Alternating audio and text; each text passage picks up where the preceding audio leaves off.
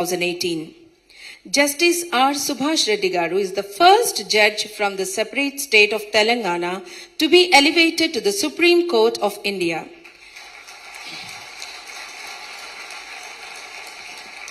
As a High Court judge, Chief Justice and Supreme Court judge, he created a special niche for himself amongst the legal fraternity of the nation with his landmark judgments.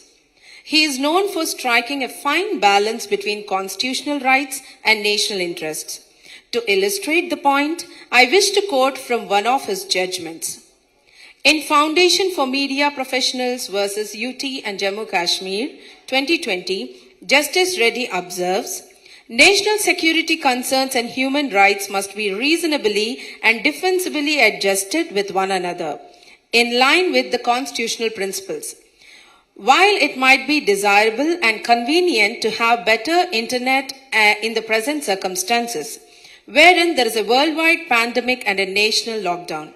However, the fact that outside forces are trying to infiltrate the borders and destabilize the integrity of the nation, as well as cause incidents resulting in the death of innocent citizens and security forces every day cannot be ignored. Now I request Justice R. Subhash Reddy Garu to please give his message. Thank you.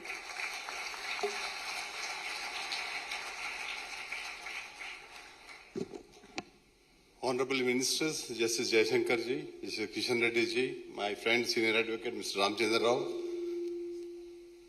galaxy of thinkers here, media friends, ladies and gentlemen. At the outset, I thank the members of the forum for giving this opportunity. When Mr. Ramchandra Rao called me, he said, it's a non-political organization, you can come. I thought it's a good time to two young dynamic ministers who are in the limelight to take our country forward, to hear them. That's how I am here today. Friends, you all know we are on the topic of G20 presidency. You all know how it started. In 1999, this started. 19 countries and the European Union. When Asian countries were facing economic crisis, this was made forum for the finance ministers and the governors of the central bank to discuss economic issues. Later, in 2007, this global economic recession has come.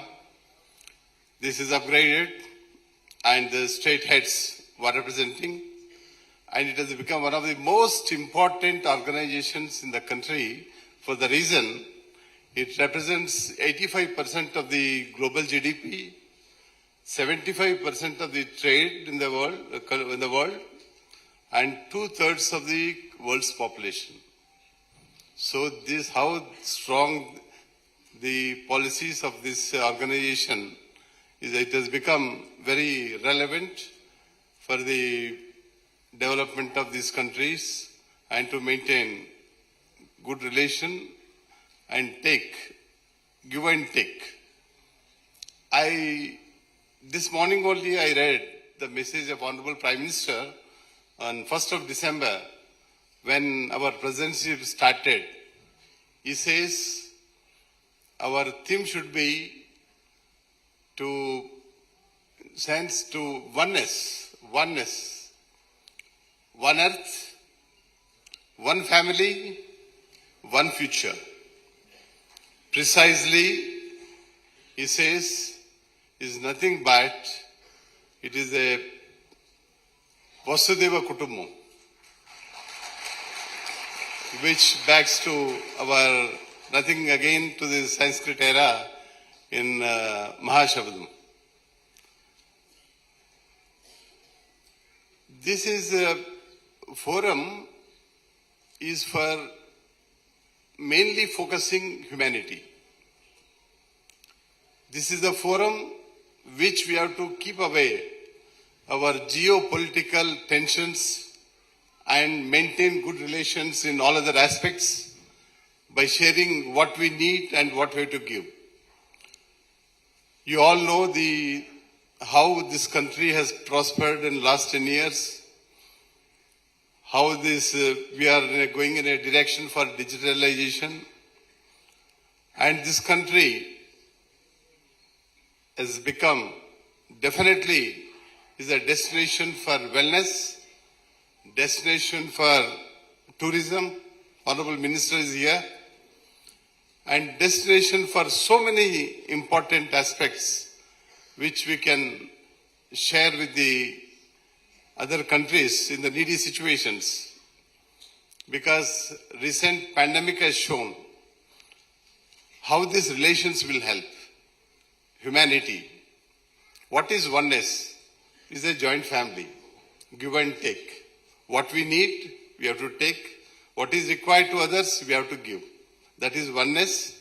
That is the theme of this concept of this G20. And here are the prominent ministers who are the part of decision-making process for our G20 presidency, what we have to do, and what should be our roadmap for this. They are the better persons to share with you. I too want to hear from them only. That is the reason I am here today. And once again, thank the organizers for giving this opportunity. Because just now, Honorable Minister was saying this is the time we have to talk very little and give time to answer the several queries from the audience. That's how I don't want to take much time, and I wish all the best for this organization to strengthen our presidencyship and to share our thoughts. Not that merely one mind is one mind, two minds are two minds, 100 minds are 100 minds. And everybody should think of. This is a think tank for support our presidencyship in this period. We have the time up to now 30th November. We have to share, we have to discuss, we have to inputs, we have to give to the government so that our ministers will take to the ultimate authority so that who will be showing the roadmap for success of this G20 presidencyship. Thinking all the best and thanking the organizers for giving the opportunity, I take the leave. Thank you very much.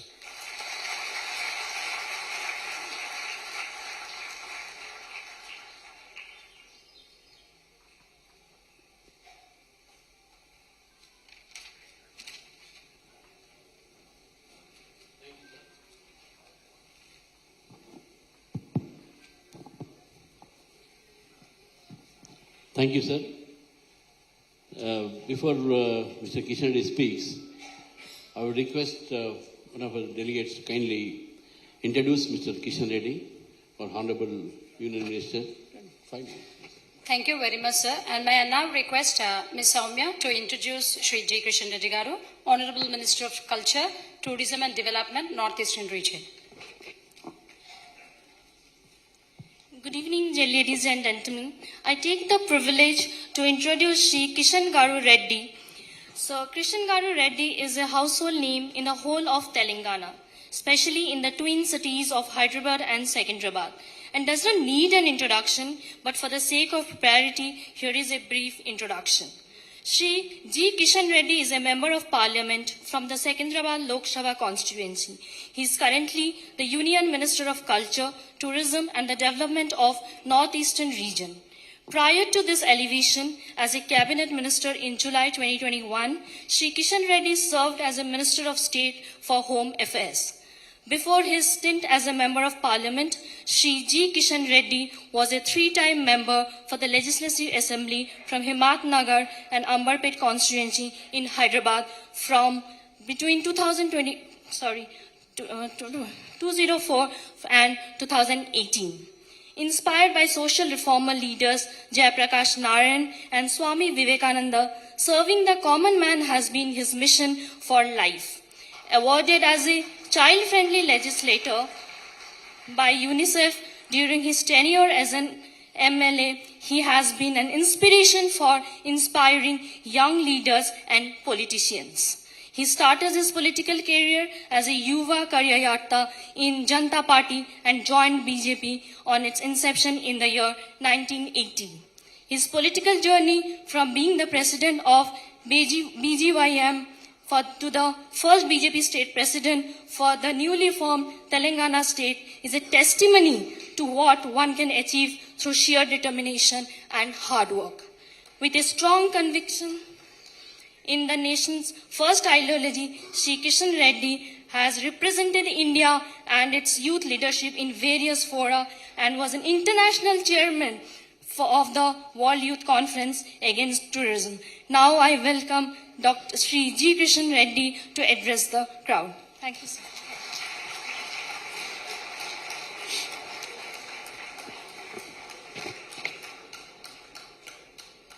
Good evening to all. Honorable Union Minister, External Affairs, the dynamic Sri Subramaniam Jaishankar ji,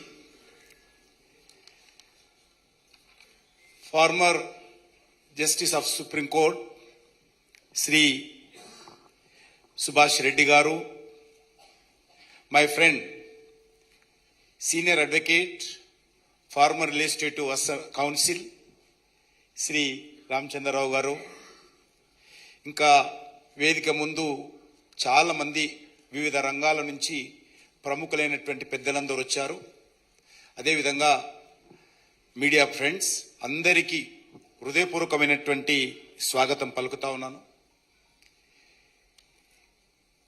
ఈరోజు G20కి సంబంధించి ఎవరితోనైనా క్లారిటీతో మనం understanding కావాలి అంటే అది సరిగ్గా మరి శ్రీ సుబ్రహ్మణ్యం జయశంకర్ గారితో మనకు అర్థమవుతుంది. చాలామంది దేశంలో కొంతమంది దేశం గురించి, సమాజం గురించి, ఫారెన్ పాలసీ గురించి, టూరిజం గురించి, ఇండియా కల్చర్ గురించి తెలియనటువంటి వాళ్ళు చాలామంది G20 ఏముంది, ఇంత పెద్ద ఎత్తున చేయాలా అనేటువంటి మరి అర్థం కాకుండా మాట్లాడుతున్నారో, అర్థమై కూడా అర్థం తెలవనట్టు మాట్లాడుతున్నారో తెలియదు. కానీ మనలాంటి కంట్రీకి, ఈరోజు డెవలపింగ్ కంట్రీకి ఇలాంటి సమావేశాలు ఎంతో ముఖ్యమైనటువంటి విషయాన్ని మనకు ఈరోజు జయశంకర్ గారి సందేశం ద్వారా మనం వినబోతా ఉన్నాం.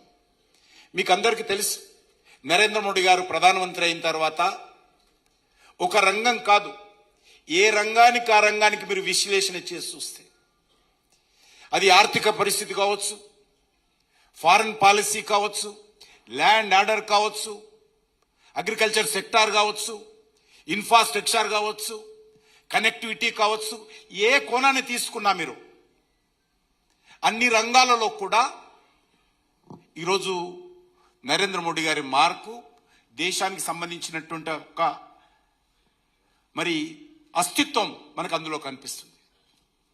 నేషనల్ హైవేస్ ఆ రోజు అటల్ బిహారీ వాజ్పేయి గారు ప్రారంభిస్తే 70,000 కోట్లతో ఏ రకంగా వాజ్పేయి గారు ఎక్కడి నుంచి డబ్బు తెస్తారన్నారు.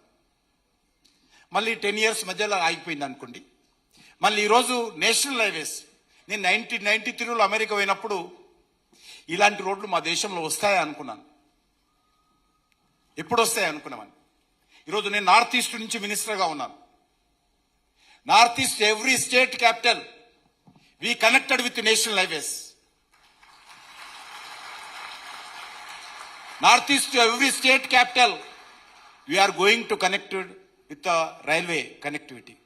ఒకటి కాదు, రెండు కాదు, ఈ రకంగా దేశంలో ఈరోజు మనం హైదరాబాద్ నుంచి మీరు నాగపూర్కి వెళ్ళాలన్నా, హైదరాబాద్ నుంచి బాంబే రోడ్డుకి వెళ్ళాలన్నా, హైదరాబాద్ నుంచి మన కర్నూలు రోడ్డుకి వెళ్ళాలన్నా, హైదరాబాద్ నుంచి విజయవాడ రోడ్డుకి వెళ్ళాలన్నా, మీరు ఏ రోడ్డు తీసుకున్నా అద్భుతమైనటువంటి నేషనల్ హైవేస్ దేశంలో అన్ని ప్రాంతాలలో, green field highways, express highways. ఒక ఉదాహరణ మాత్రమే చెప్పాను. మీరు ఈ రకంగా 5G, ఈరోజు 5G చూస్తే ప్రపంచంలో అత్యధికమైనటువంటి తక్కువ కాస్ట్తో అందుబాటులో ఉన్నటువంటి 5G ఎక్కడుందంటే అది ఇండియాలో ఉంది. డెవలప్డ్ కంట్రీస్ మేము చాలా అభివృద్ధి చెందినటువంటి దేశాల కంటే చాలా తక్కువ రేటులో ఈరోజు 5G మన దేశంలో అందుబాటులో ఉంది. అత్యధికమైనటువంటి సెల్ ఫోన్లు వాడుతున్నటువంటి దేశం ఏదంటే ఈరోజు ఇండియా చైనా తర్వాత మనం చేస్తాం. ఈ రకంగా ఒక రంగం కాదు, ఈరోజు ఫారెన్ పాలసీ, అద్భుతమైనటువంటి ఫారెన్ పాలసీ, దానికి జయశంకర్ గారి నేతృత్వంలో ఏ రకంగా మనము నరేంద్ర మోడీ గారి యొక్క మార్గదర్శనంలో ఏ రకంగా పనిచేసామో మనకు తెలుసు. ఒక్క ఉదాహరణ చెప్పి నేను ముగిస్తాను. ఉక్రెయిన్, నాకు తెలిసినంత వరకు యుద్ధాలు హోరాహోరీ పోరాటం జరుగుతున్నప్పుడు 2 దేశాలను కూడా ఆ రోజు శ్రీకృష్ణుడు ఆపాడు అప్పుడు. కానీ ఈరోజు 2 దేశాలను కూడా విమానాలు, ట్యాంక్స్, టోటల్గా AK-47లు, బాంబులు అన్నీ ఆపేసి మన ఇండియన్స్ అందరిని కూడా మనం ఒక్కరమే కాదు, సుమారు 20 దేశాలకు సంబంధించిన వాళ్ళందరూ కూడా ట్రైకలర్ ఫ్లాగ్స్ పెట్టుకొని వాళ్ళందరూ కూడా ఉక్రెయిన్ నుంచి సుమారు 22,500 మంది విద్యార్థులు, మన తెలుగు విద్యార్థులు కూడా చాలా మంది ఉన్నారు, వాళ్ళందరూ కూడా బయటికి తీసుకొచ్చినటువంటి ప్రపంచమంతా నివ్వరపడే విధంగా ఈరోజు అద్భుతమైనటువంటి మరి విదేశీ పాలసీని భారతదేశం నరేంద్ర మోడీ గారి నేతృత్వంలో అవలంబిస్తా ఉన్నాం. అదొక్కటే కాదు, దేశాన్ని గౌరవాన్ని ఏ రకంగా పెంచేది. పాకిస్తాన్ వాళ్ళు చంపేవాళ్ళు, మేము చచ్చేవాళ్ళం, మా బతికింతే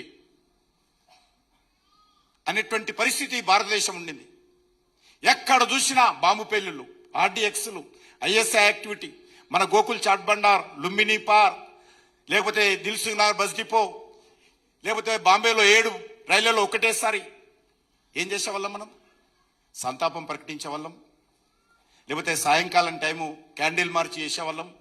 మాలాంటి సంస్థలు ఏవైనా చిన్న ఉంటే మేము పాకిస్తాన్ ఫ్లాగ్ తగలబెట్టేవాళ్ళం, 2 రోజుల తర్వాత మర్చిపోయేవాళ్ళం. ఆ రకంగా పాకిస్తాన్ వాళ్ళు చంపేవాళ్ళు, మనం చచ్చేవాళ్ళం. ఇది మా కర్మ అనేటువంటి ఆలోచనతోటే ఉన్నటువంటి పరిస్థితుల్లో నిద్రలో ఉన్నటువంటి మన ఉగ్రవాదులను మన యొక్క ఉగ్రవాదులు నిద్రలో ఉన్నటువంటి మన సైనికులను పఠాన్ కోట్ దగ్గర చంపి వెళ్తే ఆ రోజు నరేంద్ర మోడీ గారి నాయకత్వంలో పెద్దలందరూ కూర్చొని ఆలోచించి మన సైనికులకు, మన సెక్యూరిటీ ఫోర్సెస్కు ఫ్రీ హ్యాండ్ ఇచ్చి మీరు ఏం చేస్తారో చేయండి, ఫ్రీడమ్ ఇస్తా ఉన్నాం, కానీ మన సైనికులను చంపినటువంటి ఆ ఉగ్రవాదులను తుదముట్టించాలని చెప్పినప్పుడు మనము సెటిలైట్ ద్వారా వాళ్ళు ఎక్కడి నుంచి వచ్చారు, ఎవరు వచ్చారు, ఎప్పుడు చంపారు, ఎక్కడున్నారు, ఇప్పుడు వెళ్ళి ఏ క్యాంపస్లో ఉన్నారు, సెటిలైట్ ద్వారా కనుక్కొని మరి ఆ ఉగ్రవాదులను మట్టిపెట్టి మీరు చంపితే మేము చచ్చేవాళ్ళం కాదు, మీరు 1 ప్రాణం తీస్తే మేము 10 ప్రాణాలు మా దేశం కోసం తీస్తామని ప్రపంచానికి మన గొప్పతనాన్ని చాటి చెప్పినటువంటి అద్భుతమైనటువంటి దేశ గౌరవానికి సంబంధించినటువంటి మరి పాలసీలు తీసుకోవడం జరిగింది.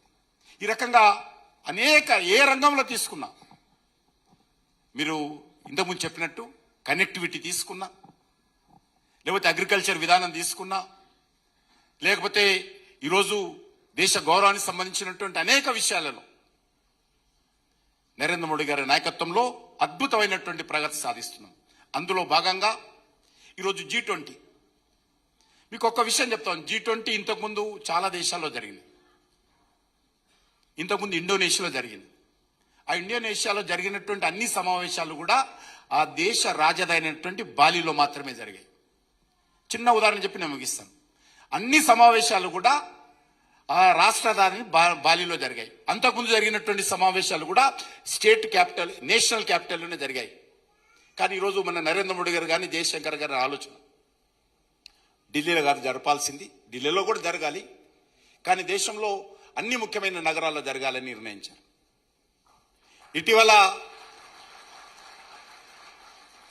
టూరిజానికి సంబంధించినటువంటి ఫస్ట్ మీటింగు కచ్లో జరిగితే మేము ఎయిర్పోర్ట్ నుంచి బయలుదేరి కచ్కి వెళ్ళేంత వరకు కూడా, భుజ్ ఎయిర్పోర్ట్ నుంచి కచ్కి వెళ్ళేంత వరకు కూడా దారి పొడుగున గ్రామాలని తెరలొచ్చి మొత్తం వస్తున్నటువంటి G20కి సంబంధించిన డెలిగేట్స్ బస్సెస్ ఏవైతే ఉంటాయో ఆ బస్సుకు స్వాగతం పలుకుతూ గ్రామీణ ప్రజలందరూ కూడా అద్భుతంగా డ్యాన్సులతో మరి ఆ రోజు ఇటీవల జరిగినటువంటి సమావేశాలు ఒక దగ్గర కాదు, దేశంలో ఎక్కడ జరిగినా కూడా.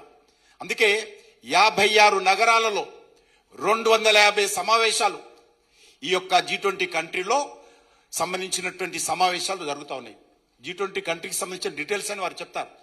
ఒకటే, ఇందులో మన యొక్క సంస్కృతి, మన యొక్క పర్యాటక కేంద్రాల, మన యొక్క జీవన విధానము, మన తినే తిండి, మన భాష, మన కల్చరు ఏ రకంగా ఈరోజు ప్రపంచ దేశాలకు ఈరోజు, ఎందుకంటే G20 కంట్రీకి సంబంధించినటువంటి ఇంపార్టెన్స్ సుభాష్ రెడ్డి గారు చెప్పారు.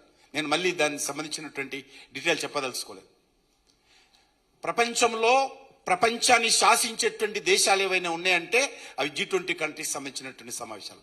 ఆ G20 కంట్రీకి సంబంధించినటువంటి ఒక రంగం కాదు, అది టూరిజం కానీ, అది కల్చర్ కానీ, ఆర్థిక శాస్త్రవేత్తలు కానీ, లేకపోతే ఆర్థికవేత్తలు కానీ, లేక అన్ని రంగాలకు సంబంధించినటువంటి యూత్ లీడర్స్ కానీ, సెక్యూరిటీకి సంబంధించిన లీడర్స్ కానీ, G20కి సంబంధించినటువంటి ఈ రకంగా 250 రకాల సమావేశం, 250 ఇండస్ట్రియలిస్ట్ నుంచి మొదలు పెడితే ఉమెన్ ఎంపవర్మెంట్ నుంచి, యూత్ ఎంపవర్మెంట్ నుంచి, విలేజ్ ఎంపవర్మెంట్ నుంచి, అగ్రికల్చర్, అన్ని రకాలుగా 250 రకాల సమావేశాలు ఇండియాలో డిసెంబర్ నుంచి 22 నుంచి డిసెంబర్ 2023 వరకు ఒక ఇయర్ పాటు సమావేశాలు జరుగుతున్నాయి. ఈ సమావేశాలన్నీ కూడా 56 నగరాలలో జరగబోతా ఉన్నాయి. ఈ 56 నగరాల్లో జరిగినటువంటి సమావేశాల ద్వారా సుమారు చాలా వేలాది మంది ఫారిన్ డెలిగేట్స్ వస్తారు. Important cream of the world G20 కంట్రీకి సంబంధించినటువంటి సమావేశాలలో ఇండియాకి రాబోతున్నారు. వచ్చినప్పుడు మన దేశానికి సంబంధించినటువంటి మరి ఎవరైతే ఈ సమావేశాలకు వస్తారో ఆ డెలిగేట్స్ తిరిగి ఆ సమావేశాలకు నుంచి వాళ్ళ దేశాలకు వెళ్ళినప్పుడు, వాళ్ళ నగరాలకు వెళ్ళినప్పుడు, వాళ్ళ ఇంటికి వెళ్ళినప్పుడు వాళ్ళందరూ కూడా ఇండియా అంబాసిడర్స్గా మారిపోయి భారతదేశంలో మేము వెళ్ళినప్పుడు అద్భుతమైనటువంటి స్వాగతం ఇచ్చారు, అద్భుతమైనటువంటి ఆతిథ్యం ఇచ్చారు, అద్భుతమైనటువంటి నగరం అది, అద్భుతమైనటువంటి కల్చర్ వాళ్ళది, అద్భుతమైనటువంటి పర్యాటక కేంద్రాలు ఉన్నాయి. ప్రపంచంలో ఏ దేశంలో లేనటువంటి మరి అతి ప్రాచీనమైనటువంటి కళా సంపద ఎక్కడుందంటే అది భారతదేశంలో ఉందని ఈ దేశానికి వచ్చేటువంటి ప్రతి టూరిస్టు, ఈ దేశానికి వచ్చినటువంటి ప్రతి డెలిగేటు భారతీయ అంబాసిడర్గా వాళ్ళ దేశాలలో వెళ్ళి మన దేశం గురించి ప్రచారం చేయాలనేటువంటి లక్ష్యము ఈరోజు నరేంద్ర మోడీ గారు ఒక వేసేటువంటి ప్రతి అడుగు, మాట్లాడేటువంటి ప్రతి మాట వెనుక ఎన్నో రకాలుగా ఆలోచన చేసి ఆయన ముందుకెళ్తూ ఉంటాడు. కాబట్టి G20 కంట్రీస్ సంబంధించి కూడా ఈరోజు 56 నగరాలు అద్భుతంగా అలంకారం చేస్తూ ఉన్నారు. కొన్ని నగరాలు చేయడం లేదు, అదే విషయం అనుకోండి. మీకు తెలియదు కాబట్టి నేను చెప్తున్నాను.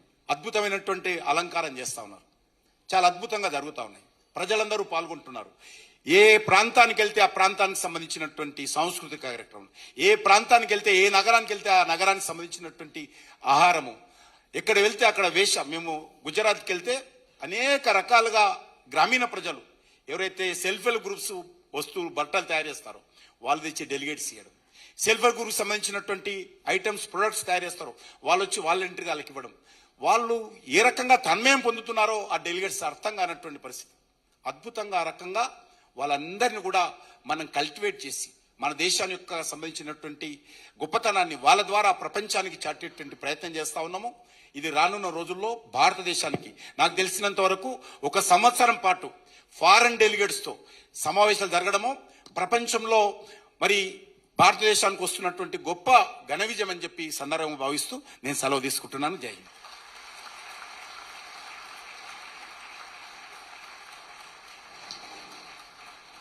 సభాముఖంగా కిషన్ రెడ్డి గారికి ధన్యవాదాలు. Thank you so much sir for your insightful and informative talk.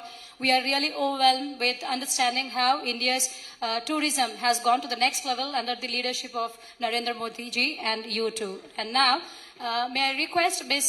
Swati Satyabama garu to present a patriotic song. Thank you.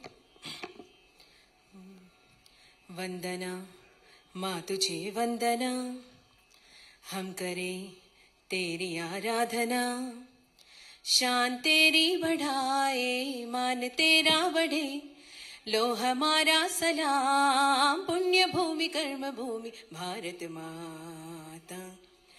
वंदना माँ तुझे वंदना, हम करें तेरी आराधना, मानवता का तू ही रूप है विश्व में, एकता का सही रूप दिखलाए। मानवता का तू ही रूप है विश्व में, एकता का सही रूप दिखलाए। भिन्न धर्मों का संगम मेरा भारत महान, हाँ इशारा मोहब्बत ये है भारत महान। हम करेंगे तन को मन को अर्पण, माननीय वंदनीय भारत माता। वंदनम जननी कभिवंदनम, पलकुदाम धरणि जनुलंदरम। प्रणव मंत्रानिके प्राणमी भारतम, जगति सर्वानिके वेदनाद जीवधार चिलिकिन देशम। Thank you. Thank you. So before we proceed with our chief guest speech, I would like to inform sir that today in our gathering there are vice chancellors, serving vice chancellors, retired defense personnel, and then we have former DGPs, Mr. Arvind Rao, Mr. Jaishankar ji, and so many other. Mr. Hanuman Chaudhary ji, our senior most member of the Pragya Bharati is also here. And then we have Vice Chancellor, Mr. Suresh here, Tirupati Rao. The students, there are many bureaucrats, chartered accountants, lawyers and all. So they have come to hear you, sir, on this subject. I thank one and all for having come here for this event. And I would like to acknowledge the cooperation of iFocus, Vasdev Sharma, whose cooperation was there for giving us the logistic support for this program. Now I request Vyoma to kindly introduce the chief guest. And now I would like to introduce the man of the moment, the keynote speaker for today's program, none other than Dr. S. Jaishankar Garu, External Affairs Minister, India.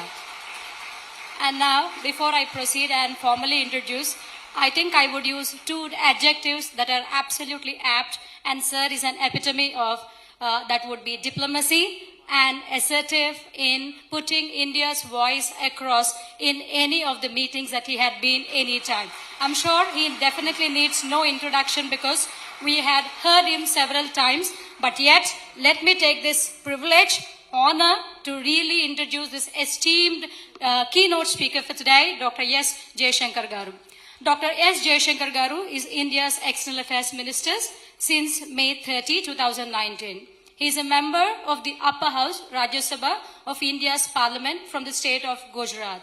He was Foreign Secretary from 2015 up till 18, Ambassador to United States 2013 up till 15, China 2009 up till 2013, Singapore 2007 up till 2009, and Czech Republic 2000 to 2004. Sir has also served in other diplomatic assignments in embassies in Moscow, Colombo, Budapest and Tokyo, as well as in the Ministry of External Affairs and the President's Secretariat. He was also the President, Global Corporate Affairs at Tata Sons Private Limited from May 2018. Dr. S. Jaishankar Garu is a graduate of St. Stephen's College at the University of Delhi. He has a Master's in Political Science and an MPhil and PhD in International Relations from Jawaharlal Nehru University, Delhi. He is a recipient of the Padma Shri Award in 2019 and has written a widely acclaimed best-selling book, The India Way, Strategies for an Uncertain World, which was published in 2020. May I now request Sir to definitely deliver a talk and a message to us to really make us all think at the end of his speech. Thank you so much, sir. We all welcome you. May I request all of you to put your hands together.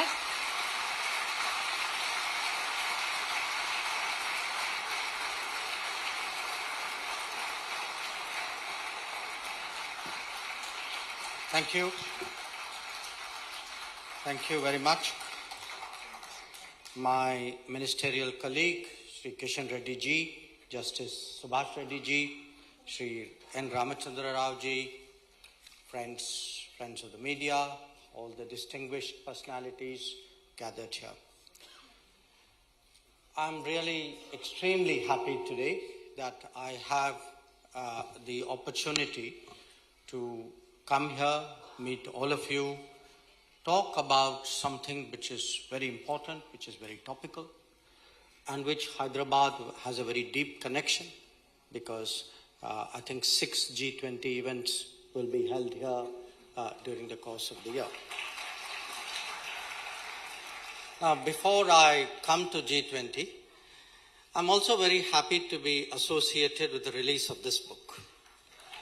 And there's a reason. Actually, there are many reasons. One, I have a chapter. So that's a very good reason. I recommend you read it. But I must say there are some better chapters in the book. When this book came out, and I'm really very happy that you have taken the initiative to bring out a Telugu translation. Many of us have traveled around India, spoken about our Prime Minister using this book. And I hope when you all read it, I recommend 2 chapters other than my own. One is actually a very interesting piece written by our Home Minister, Amit Bhai Shah, which actually brings out Prime Minister Modi's political acumen, his thinking, his strategic vision. It's a very, very interesting chapter. As someone who spent a long period, along with him in politics. In fact, I think we are, the only 2 politicians who have written in this book. The other chapter, and I recommend it particularly for the younger people in the audience, please read the chapter of P.V. Sindhu. Read the chapter of P.V. Sindhu because it gives a young person's perspective of our Prime Minister. That what is it in him which appeals to the youth of this country. So I thought before I come to the subject, let me address this issue. Now, about the G20. The importance of the G20, I think both Justice Reddy and Kishan Reddy ji mentioned. Today, these 20 countries account for 85% of the GDP of the world, 65% of the population of the world, 75% of the trade of the world. But in reality, the importance of the G20 is much more than that. It is much more than that because today in the world, it is actually the premier forum to set the directions in which the world should go. Because the remit, the responsibility, the job of the G20 is actually to look at the challenges to economic development, to growth, to find solutions, to look at new areas which are coming up, which are challenges to the world, to find solutions for them. And these, the regular meeting, because the G20 meets every year, this regular meeting actually for the last, from 2008, because it became at the level of Prime Minister President then, this has been an increasingly important forum. Now, this forum has, of course, a meeting at the President Prime Minister level, which will happen in September. There are 15 ministerial tracks. The foreign ministers is one. Finance ministers is very important. There are many other tracks.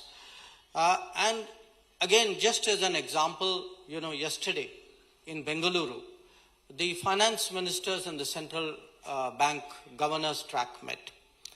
And the focus of the discussion was on cryptocurrency, was on debt, how to deal with debt, because increasingly countries today, for reasons which I will explain, are going into debt, and how to reform multilateral development institutions and banks. So I mention this because it shows to you how relevant it is, how important it is, how topical it is, that the new issues which are coming up, but the old problems which also have to be addressed, all these today are being dealt with by the G20. Now, we took over the presidency of the G20 on 1st December last year. And I would say this, it's a particularly important moment to take over the presidency. It's a particularly responsible moment. Why? Because the world today needs direction, world needs leadership, world needs a strategy, a collective strategy, as never before. And there are very, very good reasons for that.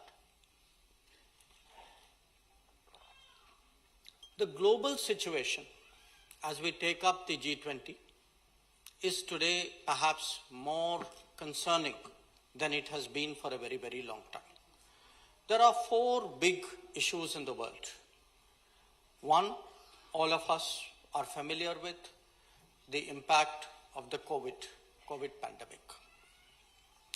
Now, we all know the COVID pandemic as something which came from some other country. It has affected all of us. I think there is nobody in the room who would not have directly experienced, or family member or friends. Many of us have suffered losses. But please think about the impact of the COVID on the global economy. What happened with COVID was, the entire world discovered that we are all depending on one country, one region, to supply many of the essential goods for the world. That in the name of globalization, we actually created a very over-centralized economic system. And this has, when it breaks down, has created very, very serious problems. So the world today is looking for, it's like in business. Nobody in business, even if you're a small business, nobody depends on a single supplier, because God forbid something happens. But what happened to the world? The world actually, somewhere in all the propaganda and the myth and the delusion and the attractiveness of globalization, everybody went in one direction. And what has today happened is, there is a search across the world for more suppliers, for reliable suppliers, for multiple suppliers. And this is today a very big issue which is affecting the global economy. A related issue, because the COVID put a lot of stress on the economies of different countries. We have seen in our own region, every one of our neighbors is having some difficulty, some more severe, some less severe. Now, the debt issue has become a very serious issue.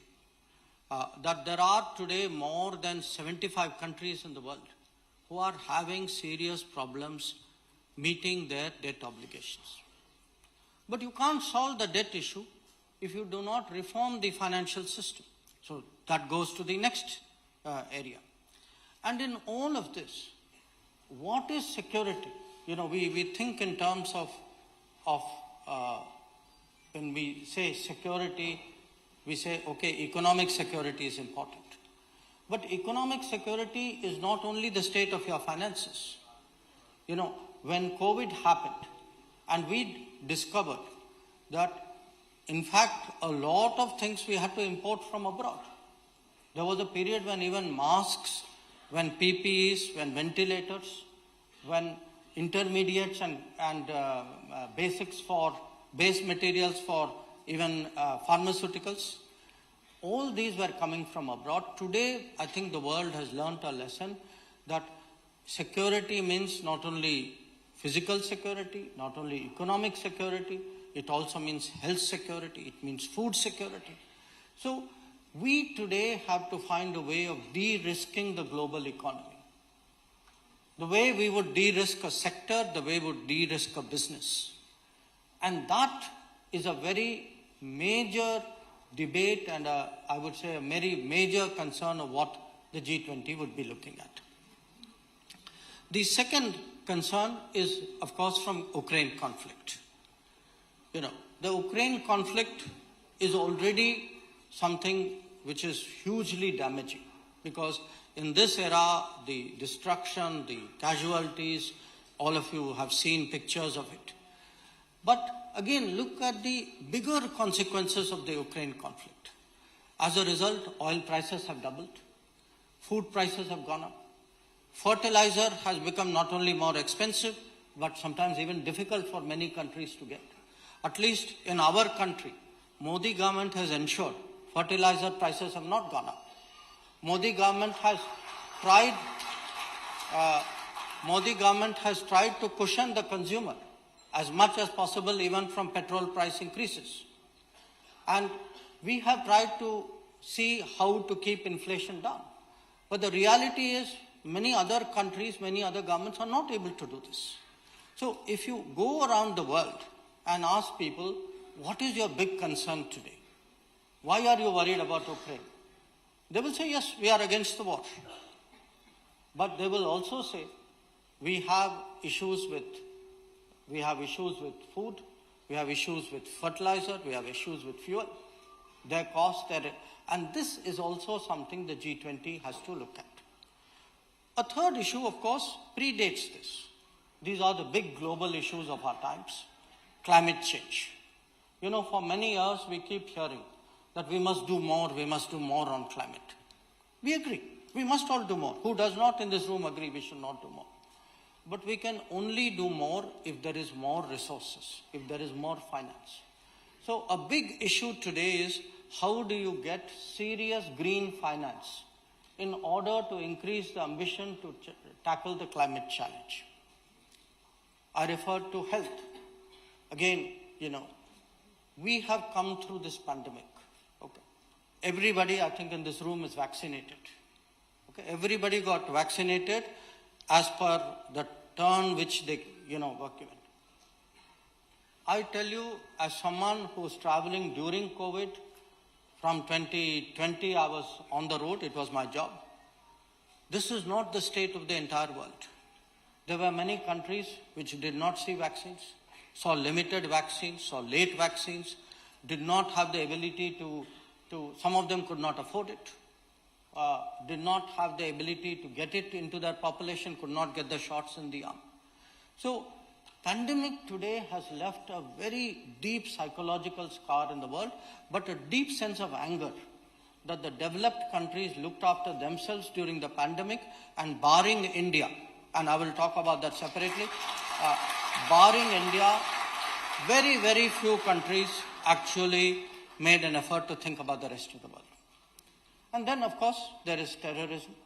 There was a time when, and we, still are particular targets, but more and more there's a realization it's a global issue, and that financing is a key part of blocking, how to block the financing is very important for countering terrorism. So, COVID, Ukraine, these big global issues. And finally, the fourth issue is technology.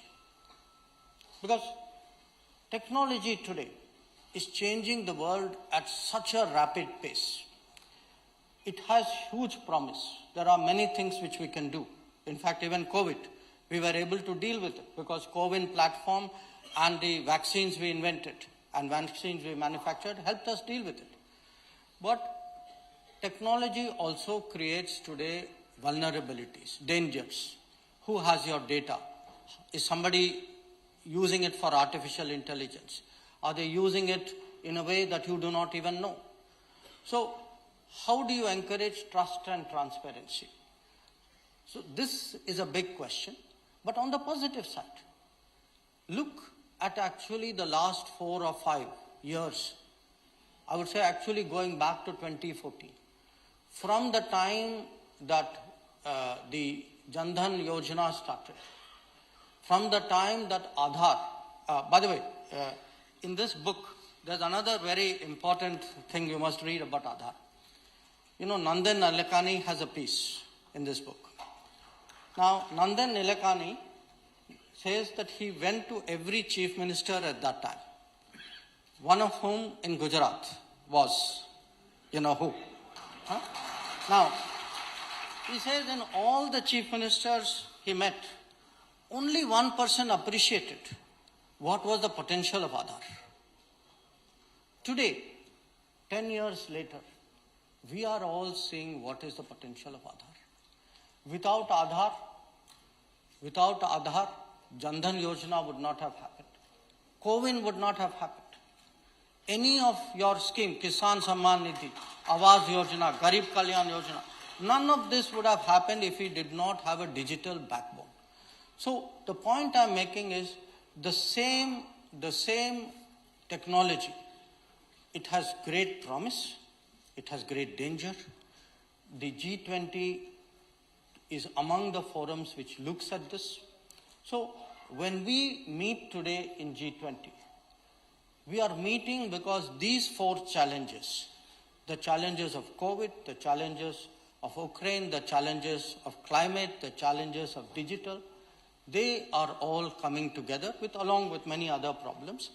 And our presidency, because we are the chair, we have, we shape the agenda, we give it direction. We will have a very, very important role. Now, how are we handling our presidency? I think this is the 18th, if my memory serves me right, presidency, 17th or 18th. And I have myself attended more than half of them. So if you ask me, how is India handling the G20 presidency? I would say in one word, differently.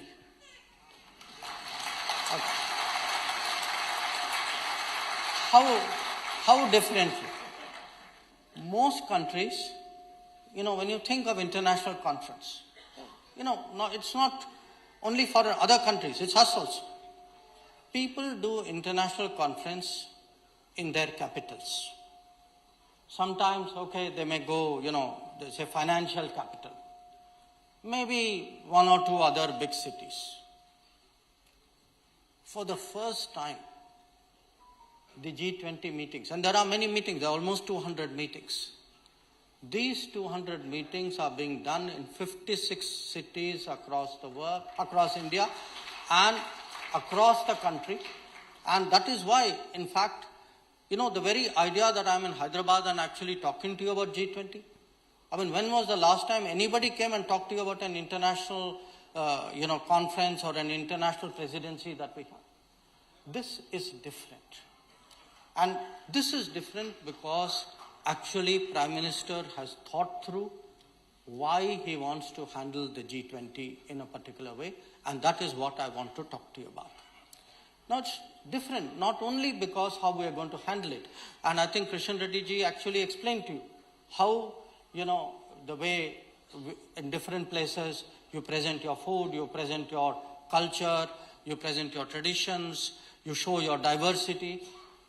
So this is one part of it. There's another part of it. There are roughly about 200 countries in the world. At the G20, there are 20. We have called another 9 countries as guests, so let us say there are 30. 170 countries have an interest in what is the most important meeting in the world, but they are not there. Now, for the first time, one country, one prime minister decided, I will now talk to those countries and also get their views about how the G20 would be run, and particularly the countries of the global south. Countries of the global south, because these are developing countries, they are the countries who are hurting the most today in this situation. So, if you ask me today, tell me very in simple language, what is the G20 about? What will happen when G20 takes place? I would say 2 things will happen. G20 is getting India world ready for the world. G20 is about getting the world ready for India. This is really what it is about. Now, you can ask me, why should the world be ready? Why should India be ready for the world? We have existed for thousands of years. So has the world. We have to be ready for the world because there are a lot of possibilities there. which will make a huge difference for our future. If we understand it, if we in a way utilize it, if we partner with it. And let me give you, to my mind, and I've really spent a lot of time thinking about it, 5 big reasons. 5 reasons why India should actually prepare to be more active in the world. The first is a very obvious one. The more we partner with the world, the faster we can actually accelerate our development. Now, normally you've heard this from many people, our FDI has increased so much. This is only one small element of what a partnership with the world is about. Because a partnership with the world is about capital, it is about technology, you get best practices, you get markets for our products, our services, our exports, and we need resources. Because remember, today, we are the 5th largest economy in the world, and we need actually more. We are also importing more and more resources. Now, in a way, it is very obvious to say this in Hyderabad, because you look at what has happened in your own immediate, in the city and in the region, that how much more global you have become, how you have used technology, how actually from, your own state, your own region, your own city, how much more you are dealing with the rest of the world and how much it has helped you. So how do we speed up national development? The more we deal with the world, obviously on the right terms, with a lot of thought, the better it is for us. The second is we have to think of the world today as a global workplace. That Indian talent, Indian skill, Indian capabilities, these do not have to stay anymore within India. They actually can go out in big numbers. There is a huge demand in the world. If you look today, there are developed countries where there is a demand, but there's no demographics. The young people are not there. The talent is not there. The skills are not there, not in those numbers. So when we actually interact with the world, especially in the last few years, we have seen this demand today for Indian talent and Indian skill. But if we have to get the full benefit of it, we will get it only when in India we prepare for it, that we ensure there is skills, that there is education, that there is talent, there is innovation, and there is protection and fairness to the people who go outside. But today the one big part of what is happening between us and the world is the world as a workplace. We should prepare for that, and you can prepare for it, for the professionals, for the tech people, really by reaching agreements. And we have done. If you look, since Prime Minister Modi has come, we've done agreements with Germany, with Austria, with France, with Portugal, with UK, with Denmark. So there are a number of countries, with Japan. And we have opened these societies as workplaces for our skills and talent. But there are also, other economies where actually blue-collar workers go in very large numbers. If you look at the Gulf, there are almost 80 lakh Indians who live in the Gulf. And many of them are actually blue-collar workers. Now, they need not just fairness, they also need protection. They need, if they get into problems, they do not have the resources to deal with it. And again, one of the things which the Modi government has done is we have created the ability so that when our workers have any problems abroad, they don't get health facilities. There is sometimes somebody by some accident, passes away abroad. How do we look after them? Now, this kind of approach, preparing for the global workplace, this we demonstrated during the COVID through the Vande Bharat mission. Through the Vande Bharat mission, when we went abroad And we actually got 7 crore people back to India. And in the history of the world, there is no country which has done that kind of evacuation exercise. Now, again, when I say that we have to prepare for the global workplace, I am talking at exactly the right place.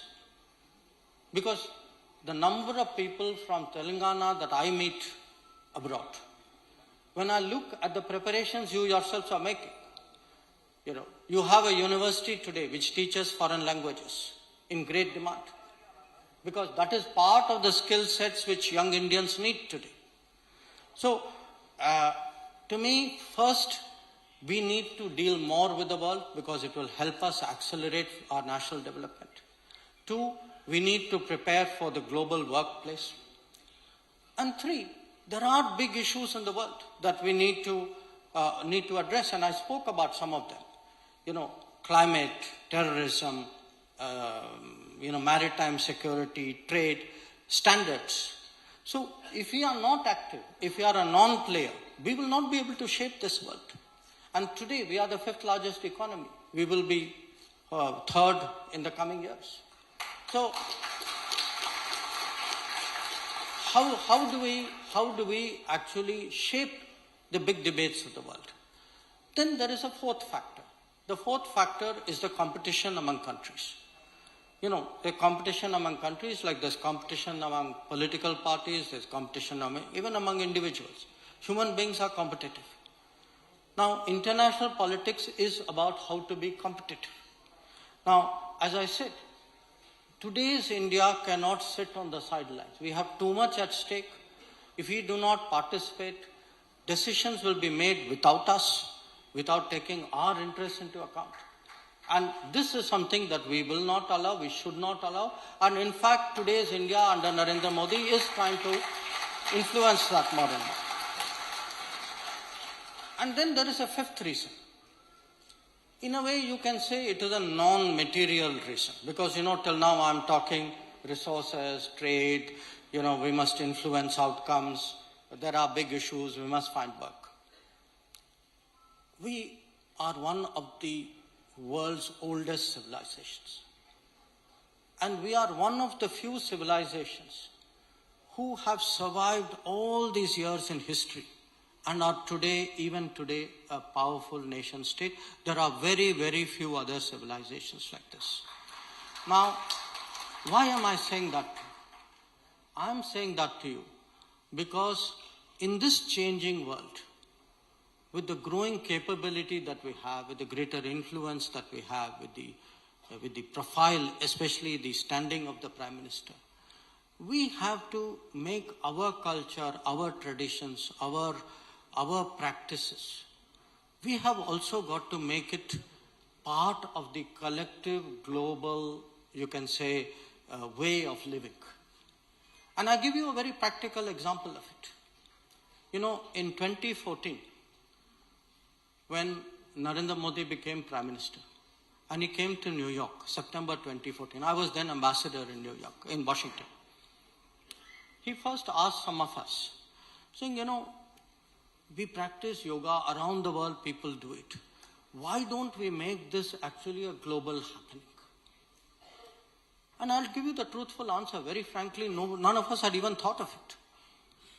And once he put that idea in our mind, and once he puts an idea, he doesn't let go. So, this ended up next year as an International Day of Yoga that we were able to get passed. And that was 2015. In the 7.5 years that have passed, look how much has changed.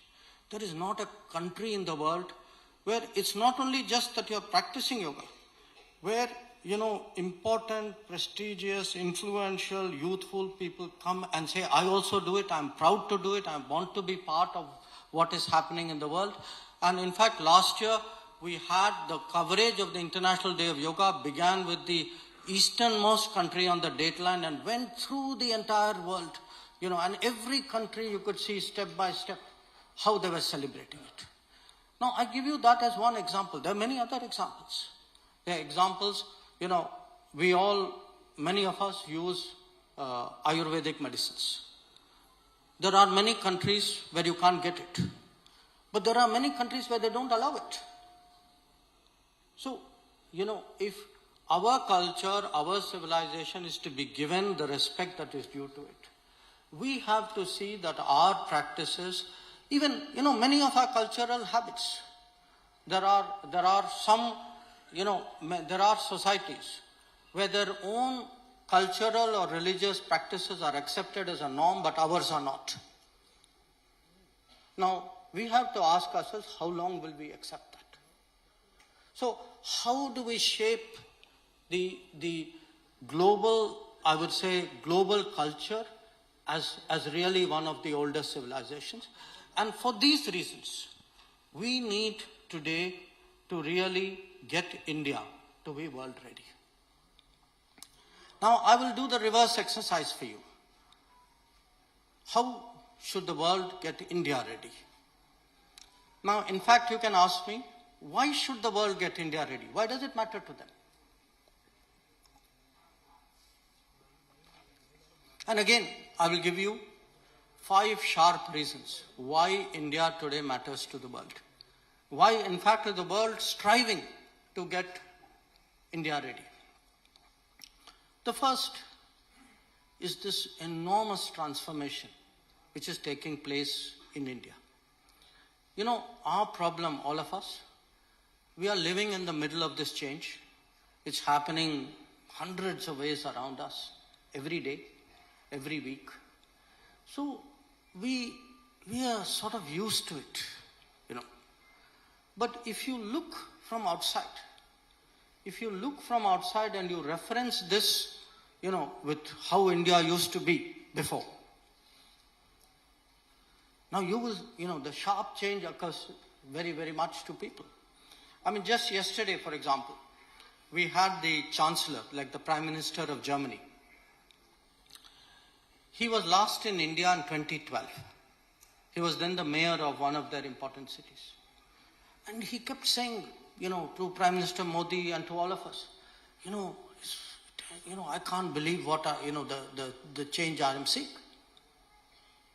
It strikes you, and I say this as someone, a part of traveling abroad a lot, sometimes of living abroad. You have that ability to judge your own, society very, very objectively.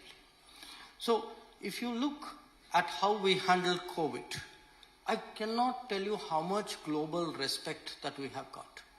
If you...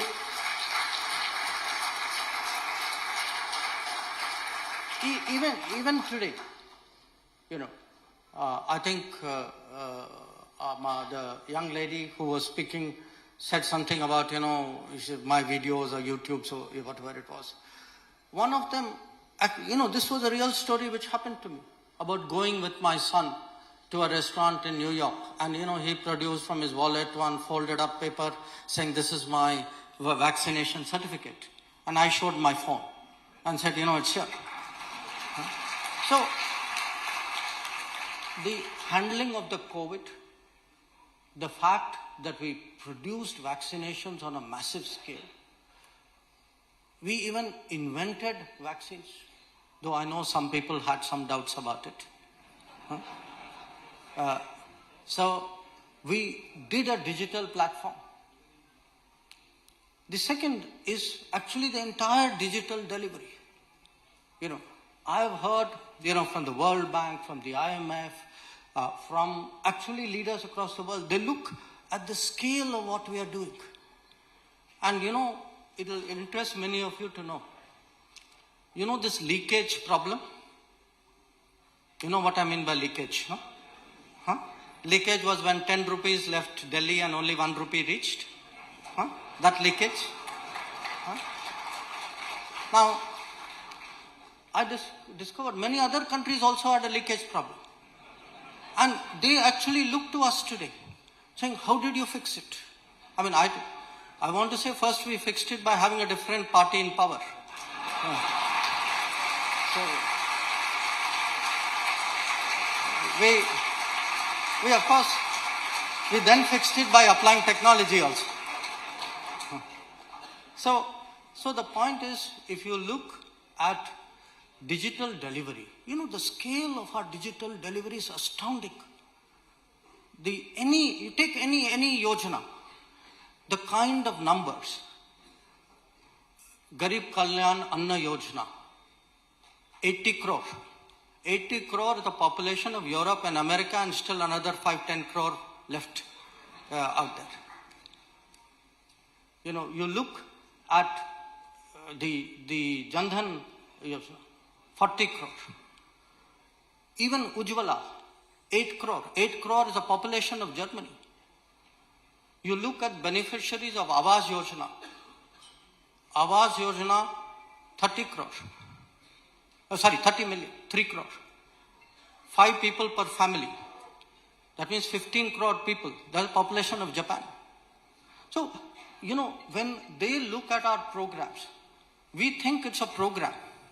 For the world, it is a country, sometimes a continent, sometimes half the world. So, they look at this and then ask themselves, how is this happening? Why didn't it happen before 2014? As I said, 50% answer was technology. So the point I'm making is, and even infrastructure. You look today at the pace of infrastructure. Again, Kishan Reddy ji spoke about the Northeast connection. Any of you travel to any state in India and look at the work which is going on. Work on national highways, work on railways. I mean, every day you're reading a railway story. Something new has happened there, something has happened there. The airports, the water connection, the electricity connection. So when people see, a lot of these are coordinated through an initiative called Gati Shakti. So it is today our COVID handling, our digital delivery, our Gati Shakti, and what is of great interest to the world is the young people of India. They are looking at our talent, our education, at skills. When they read about Startup India, I can tell you, you can actually see them, that they're looking at you very differently. They know more about how many unicorns there are in India than we do. Because it's for them a measurement of, how the country is progressing. The second, of course, is the resolve and the independence of India. So first, they look at our capabilities, the change, I would say almost the revolution over the last 10 years. The second is the resolve and the strength of purpose that they see. Sometimes these are challenges which have troubled us for a long time. A very, very good example of that, actually bad example of that, is terrorism. But it's not only us. The rest of the world also compares. How did we react in 26/11? And how did we react in Uri and Balakot? They see the difference. Or you take today, what is happening in our northern borders with China. Don't forget, this happened, when our lockdown had just started. We were in the middle, all of us, completely preoccupied with the COVID challenge.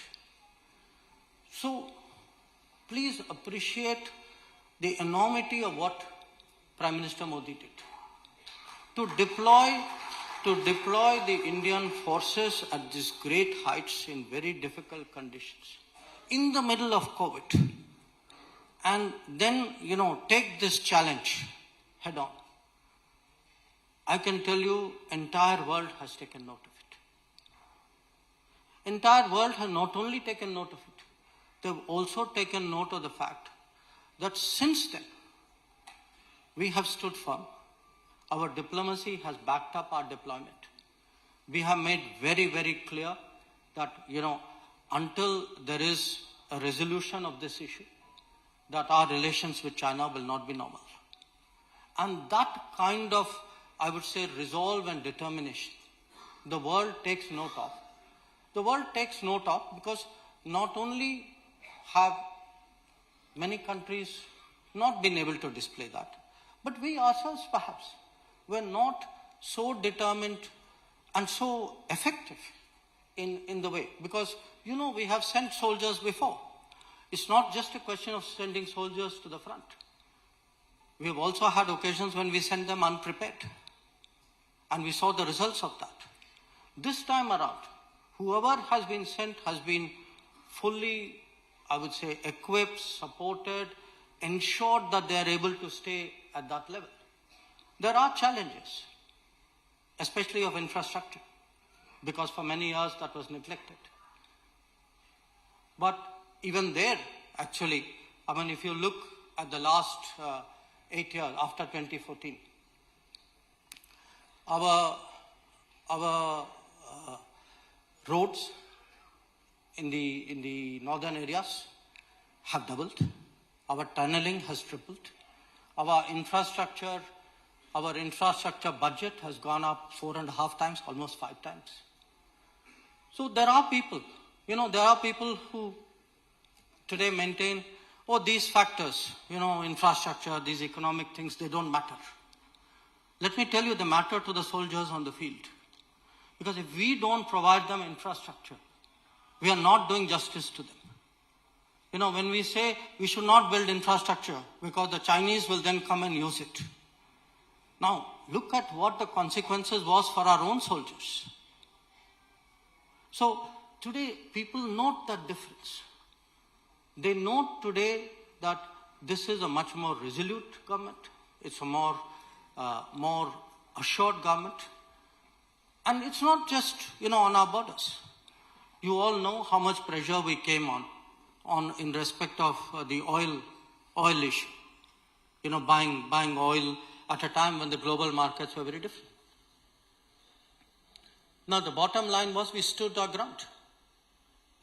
We ensured that the Indian consumer came first, that, we were able to explain to the rest of the world, saying these are our compulsions, and you please understand it the way we understand your compulsions. So, this is a very different India that the world is saying. And, I gave you that as an example. I'll give you a very different example. Many of you would have heard of this mechanism called Quad. Quad is something we set up with US, Japan, and Australia. This time around, the Quad was set up in 2017. 2017 at Foreign Secretaries level, 2019 at Foreign Ministers level, and from 2021, Prime Minister, it is at a summit level. Now, many of you may not know. The Quad was initially set up in 2007. And then, one country put pressure. You can guess which one. And we backed down. That is the difference between 2007 and 2017.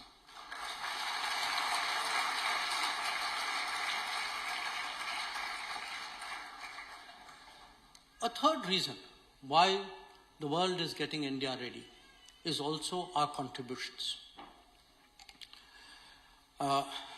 We are a little tight on time, so I will just rush this part. When this Bangalore meeting was taking place, the IMF Director General was here. She said something very, very noteworthy. She said 15% of the growth, global economic growth this year is coming from India. 15%. That if you look in very adverse conditions, tremendous headwinds, the kind of headwinds I told you, COVID, Ukraine, debt, for us to maintain that 7% level is something which the world actually very much respects, it takes note of. But it's not just economic growth. I spoke about the talents of India. Remember, for them this is a contribution. there's a big semiconductor, there's a big chips debate. Who will control chips in the world is a huge strategic issue. The last time I was in the US, I was told by an American industry association saying 40,000 chip designers and engineers are in India, and without them, actually American industry will not be able to have that kind of position that it is. By the way, many of them in this city. So the point I'm making is, for the world, it is actually the changes of India, the strength of purpose in India, the I would say resolve, the self-confidence, the contributions that India is making, the ideas that India is tabling. Some of the big international initiatives have come from India. International Solar Initiative. We have right now this year, after the International Day of Yoga, Prime Minister had another idea. This time it's International Year of Millets. Now, I think I'm in a part of India where I don't have to explain millets to anybody. But remember one thing, and serious, I take this serious point. Millets was part of our history and heritage and culture. It was our food habit. We actually slowly started diluting it, giving it up. So when people speak about, our tradition, our history, this is not a question of, that was in the past and we are headed in a modern direction. There are a lot of things which are very good for us in our culture, history and traditions. And millet is a very, very good example of that.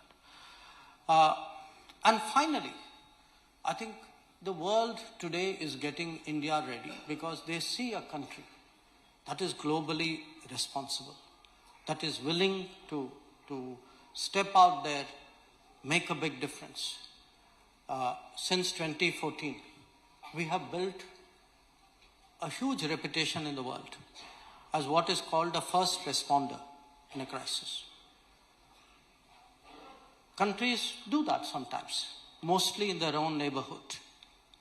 But many of you would have seen that in this earthquake which took place in Turkey, in 24 hours, our NDRF team was there. That we were able to set up a field hospital. So, anytime your mood is a little down, watch the YouTube of that field hospital. Watch what Turks have to say. See what the world is saying today about India. You don't have to take it from an Indian foreign minister. I am a biased party. Listen to the world. Listen to the world talk about vaccines. Listen to the world talk about, Indian hospitals. Go to Sri Lanka. Ask them, which country has stood by you, in what manner. This is today what the world is seeing in us. So,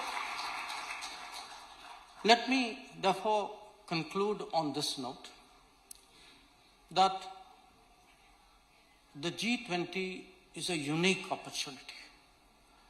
I think, as Kishan ji said, these are exceptionally influential people who are going to come to India. Think of them as the top 100,000 influencers of the world. How do we influence the influencers? That is what this is about. We want them to go back with a real feel for India. Not the India they read in the newspapers and see in the TV. We want them to see authentic India. To feel it, to meet people, to carry away that personal sense. And this is not something the government or I or my ministry or other ministries we will do inside the conference halls. It is something that they will experience with the totality of the country, from all the people, all the experiences. the shops they go to, the hotels they eat in, the people they meet, the side events which happen, from everybody, from the people, who may receive them at the airport. It's to our engagement groups, the civil society. If we can get these people to really fully comprehend, appreciate all these changes, we would have done an enormous service to our country. That is the Prime Minister's vision of how the G20 is to be run. This is why it is in 56 cities. This is why we do not want it to be a Sarkari, Delhi-centric program. We want, in his words, a true Jan Bhagidari here. We want it to be a people's effort. And I'm really, really grateful that your forum today has allowed me a chance to put these messages across. Thank you very much. Can I give him a standing ovation? May I request everyone to extend their standing ovation to our keynote speaker for such insightful speech and message.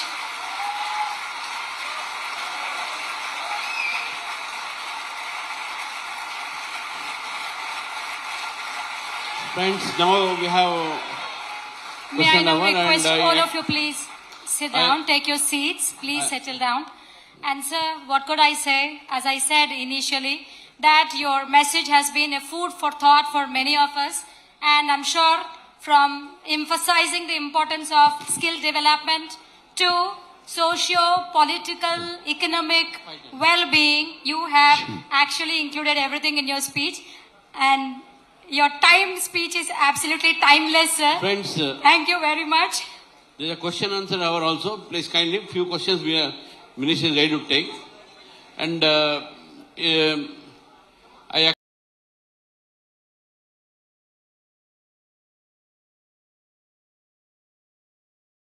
acknowledge the presence of Mr.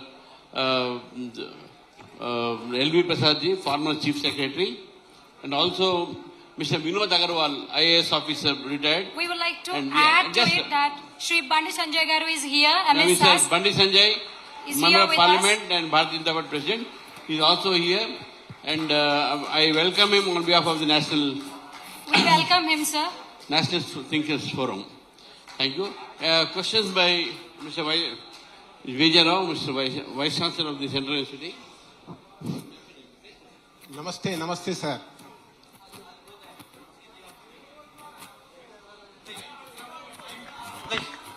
Your articulation was very, very elaborate and very deep. My question is the following. India will be the president of G20 from December 22 to November 23, 1 year. We need to strategize that our impact of Indianizing the globe should happen beyond G20 presidency duration. How do we strategize this so that our impact is felt even beyond our own duration, beyond our own presidency duration? Thank you. Okay, I'll take one more question. Yeah, sure. Please. May I request everyone please be seated. There is a lot of chaos here. Sir would definitely answer each and everybody. Kindly be seated. Please be seated. Please. Requesting you. Okay, I will take one more question, but I'll only take a question from someone who's sitting. So, ma'am, please. Yes. So, good evening, sir. I am a museologist, a museum expert and an author also, a scholar of Indian miniature paintings. As G20 is going on, I request you to bring the museums in the forefront so that museums also play of different regions. Yes, the National Museum is very good. Delhi, we have very good museums. I got Yes, it. thank Okay, you, sir. please. Okay, you are next. Yeah, okay. I think I Please. am asking a question which should be posed to the finance minister, but because you are a senior cabinet colleague of her, I am raising this question in this forum, though it looks to be slightly off the mark. See, as a person who worked in road transport corporation in higher positions, during COVID period, I have sent a message to finance minister to take care of the road transport corporations because you asked the people not to travel in the public transport. For months together, they were sitting idle. At that time, I have requested her to provide subsidy to the state road transport corporations. Till today, it was not done, and a corporation which was built by us for 35 years is crumbling. I request you to pass on this subject to us. Could you give it to the young gentleman next to you? That gentleman, please. I'll come to you. Please. Thank you so much, sir. My question is a little academic in nature. Short. Sir, the G20 theme is Vasudhaiva Kutumbakam, which means that the entire world is one family. Where do you see the world in this regard? That is becoming one family in, say, next 10 to 15 years, especially in the light of emergence of influential non-state actors such as Google, Twitter, cryptocurrency, and maybe some more that we are not, maybe some more of some different nature we are not aware as on today. Would that entail diminishing of the role of the state itself or diminishing the Westphalian concept of state, say blurring of borders? Okay. Thank you, sir. Now, let me do one thing. Let me first answer these questions. Then I will come. I assure you, including people who are standing there, I will take my time. I will take your questions. So please be a little bit patient. So the first question was, this is a G20 presidency. What happens after this? Now, there are three things I would ask you to note. Number one, in the G20, even after you give up the presidency, there's a troika system. The previous president, the current president, and the future president, they all work together, and they have, in many ways, a very high degree of influence and, shall I say, standing in the organization. So it is not that it will suddenly come to an end at the end of this year. Number two, the way we are handling it, I think a lot of this credibility will stay with us even after G20 is over. When Prime Minister and his senior ministers have together talked directly, personally to 125 presidents, prime ministers and ministers of the world, it has a lasting impact. So we hope that many of these consultations and practices will become, in a way, part of international politics, will become a kind of a culture among us. The third is actually how we ourselves conduct the presidency and what are the outcomes and the results of it. Sometimes the outcome can be a very, very powerful outcome which can go beyond. On the question regarding the museums which the lady asked, our objective, and I have the Minister of Culture also sitting here, when we are doing the G20 programs, as I said, we do not want those who come to only see a conference room, only see a hotel, only see an airport. We want them to go to our museums. We are taking them to our museums. We are taking them to our historical, cultural sites. You will see that. I myself, in some of the meetings which I am associated with, in one of them, development ministers meeting, I am personally taking them to a museum. So I assure you, our effort will be to make sure that our heritage, our culture will get the fullest exposure during this period. Yes, on the RTC question, I note what you are saying. To be very honest, I do not have a specific answer. One thing I have learned in government, do not talk about things which you do not know. I also note that is not necessarily a trait in politics. I know apparently some people have that freedom, but the fourth question, the one about non-state actors. Non-state actors, I think, are increasingly recognized as a problem. You know, there was a time when Pakistan pretended non-state actors were doing things. I mean, we all knew that there was a state behind the non-state actor. But I think today the tolerance of the world, people have figured it out. See, one of the issues with the technology age is that many things come to light. But non-state actors will be always in international relations a challenge, because international relations is the building blocks are states. We are used to thinking states. But the idea of a kind of a Vasudhaiva Kutumbakam culture, outlook, is how do you actually get different diverse countries, regions, groupings to work on what are common problems. And the more we make them common, the more effective it would be. So what I'll do is I will take one more round. But, you know, let me spread it out a bit. Okay. Hello, sir, this is Dr. Santosh here. This is Dr. Santosh. Here, sir. Okay. I have a small question for you. Sir, I have visited UN South-South Cooperation meeting. Give me a question. Yeah. In that forum, there were many countries which did not have even basic disability services. For example, Palestine and those sort of countries were requesting.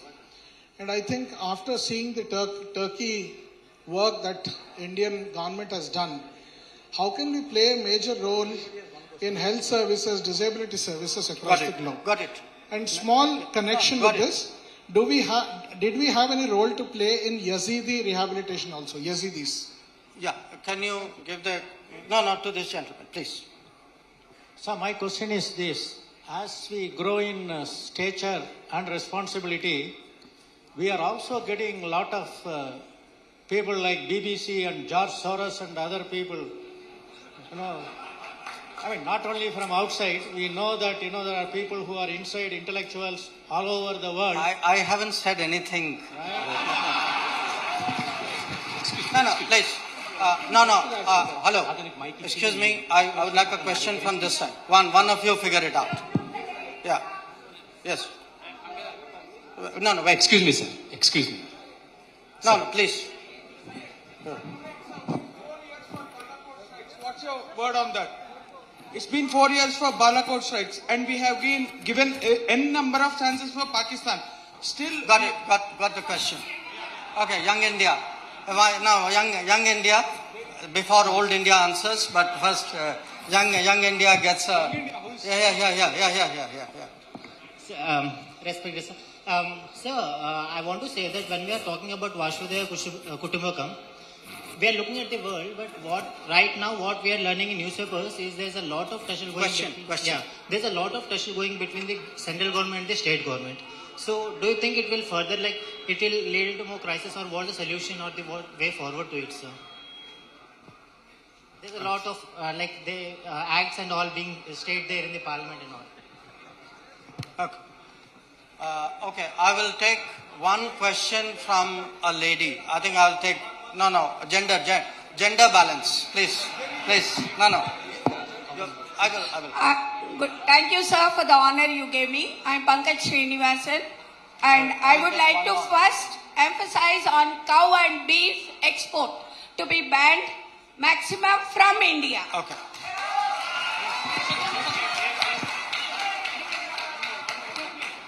Okay. Now, please, let me. Okay. Yeah, thank you, sir. So this is JC Srinivas Bhasheti. Can the G20 take an action wherein we can create a mechanism so that the countries don't fall into debt trap of some others? Any mechanism? And another small thing, sir. No, only one question. Yeah. Sorry. Okay. $25 billion per month of India. Our situation is just 20 months away from the Sri Lanka situation. No, sorry. No. No. No. Okay. So, okay. Now, I suggest you all get back and let me respond now. Let me respond to the various questions. One on the Palestine. We actually today have development programs in 78 countries in the world. 78 countries in the world. We help 78 countries in the world in different ways. You can have a situation like Turkey, which is like an earthquake. Even in Palestine, we help with they have a like a relief organization. So India today is seen as a country with a big heart, with growing capabilities, with a leader who has a global vision, with a generosity which covers everybody. So that is the first. I think I got some comments. I treat them as comments. I don't think they deserve specific answers because I think they were meant as the views of the persons who asked them. On center state, look, I don't want to get into the politics of it because particularly as this is a non-political forum, I think all of us as citizens of India, at the end of the day, whatever the politics within the country on national issues, we want to see a united country. For me,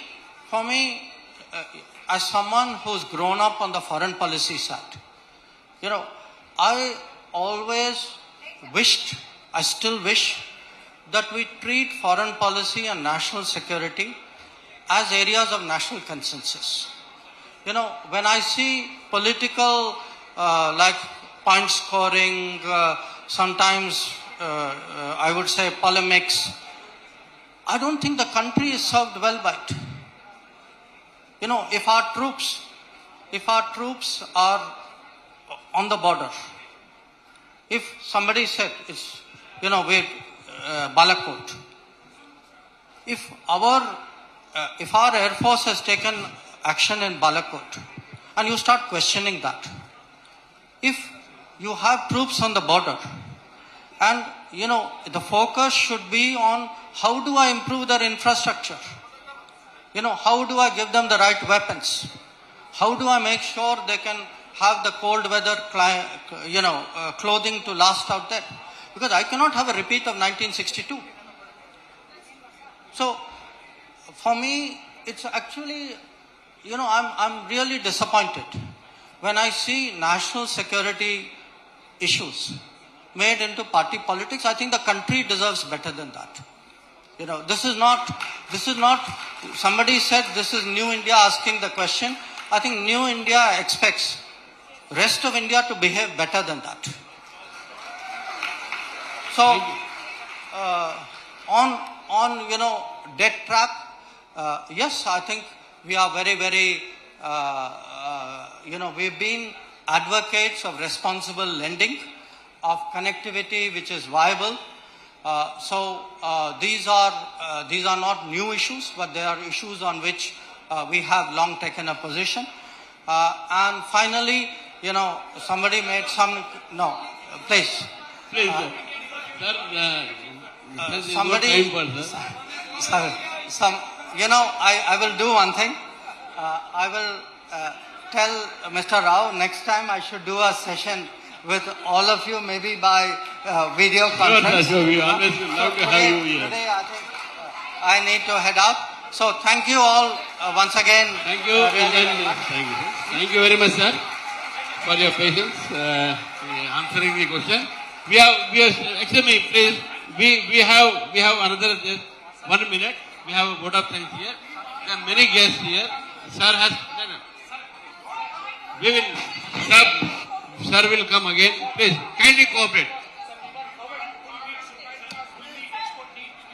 Yeah, okay. That's right. And I request. We'll conclude. One vote of thanks is there.